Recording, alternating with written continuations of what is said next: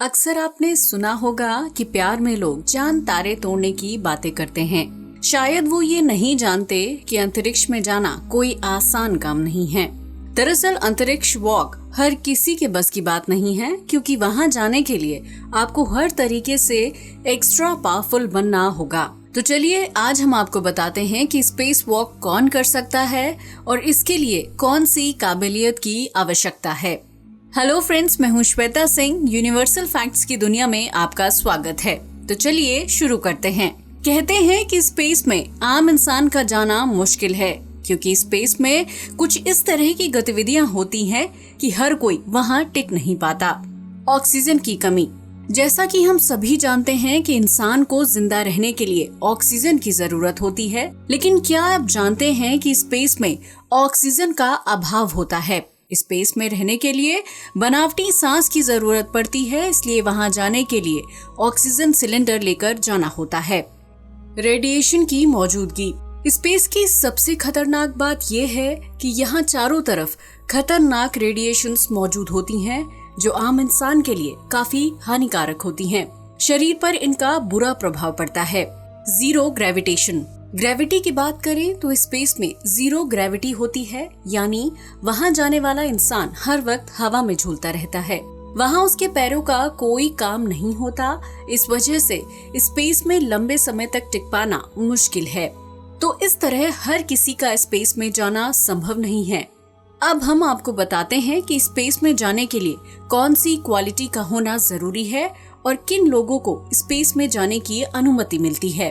Conditions. अंतरिक्ष में जाने के लिए ज्यादातर एयरफोर्स के पायलट्स को चुना जाता है। 1950 में नासा ने अपनी पहली स्पेस वॉक के लिए एयरफोर्स के पायलट को ही भेजा था। इतना ही नहीं, स्पेस में जाने वाले यात्री की लंबाई पर भी खास ध्यान रखा जाता है। उसकी लंबाई 5 फीट 6 इंच से ज्यादा नहीं होनी चाहिए। ज्यादा लंबे इंसान को स्पेस में जाने की अनुमति नहीं दी जाती। हैरानी की बात तो ये है कि आज भी स्पेस में जाने की शर्तों में कोई बदलाव नहीं किया गया है। Quick decision. स्पेस के लिए ऐसे इंसान को चुना जाता है जो क्विक डिसीजन लेने में माहिर हो, क्योंकि स्पेस में कई बार ऐसी परिस्थितियां आ जाती हैं कि स्पेस यात्री को जल्द फैसला लेना होता है। फिजिकली तौर पर फिट इंसान को ही स्पेस में जाने की अनुमति मिलती है, क्योंकि अगर स्पेस में विषम हालात पैदा हो जाएं तो उनमें भी डटे रहने की क्षमता होनी चाहिए। Special suit. स्पेस में जाने के लिए यात्रियों को खास किस्म का सूट पहनना होता है, जो काफी भारी भरकम होता है। इस सूट को स्पेस सूट कहते हैं, जो काफी मोटा और भारी भरकम होता है। इस सूट के साथ एक हेलमेट और ऑक्सीजन मास्क भी होता है। इसके बिना कोई भी स्पेस में यात्री ट्रैवल नहीं कर सकता। इस वजनी सूट को पहनकर हर कोई नहीं चल सकता। स्पेस में होने वाली परेशानियां। अंतरिक्ष से लौटे कई यात्रियों का कहना है कि स्पेस वॉक काफी जोखिम से भरी होती है। एक अंतरिक्ष यात्री बताते हैं कि करीब 5.5 महीने उन्होंने स्पेस में गुजारे। जैसे जैसे स्पेस में समय बीतता जाता, वहाँ ग्रेविटी कम होने की वजह से हमारी टांगे नहीं चल पाती और हम हवा में तैरते रहते हैं। ऐसे में टांगे धीरे धीरे कमजोर और पतली महसूस होने लगती हैं। चेहरा गोल होने लगता है और धरती पर आने के बाद भी शरीर को नॉर्मल होने में काफी समय लग जाता है।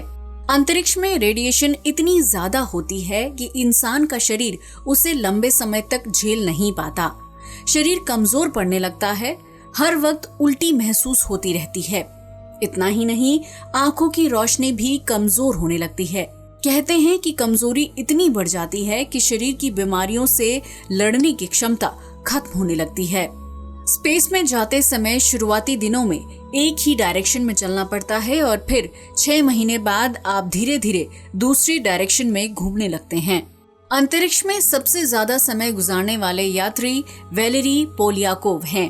वो 437 दिन तक स्पेस में रुके। तो इस तरह स्पेस वॉक करना हर किसी के बस की बात नहीं। आज के लिए बस इतना ही। वीडियो अच्छा लगा हो तो इसे लाइक और शेयर करें, साथ ही चैनल को सब्सक्राइब भी करें। जय हिंद दोस्तों।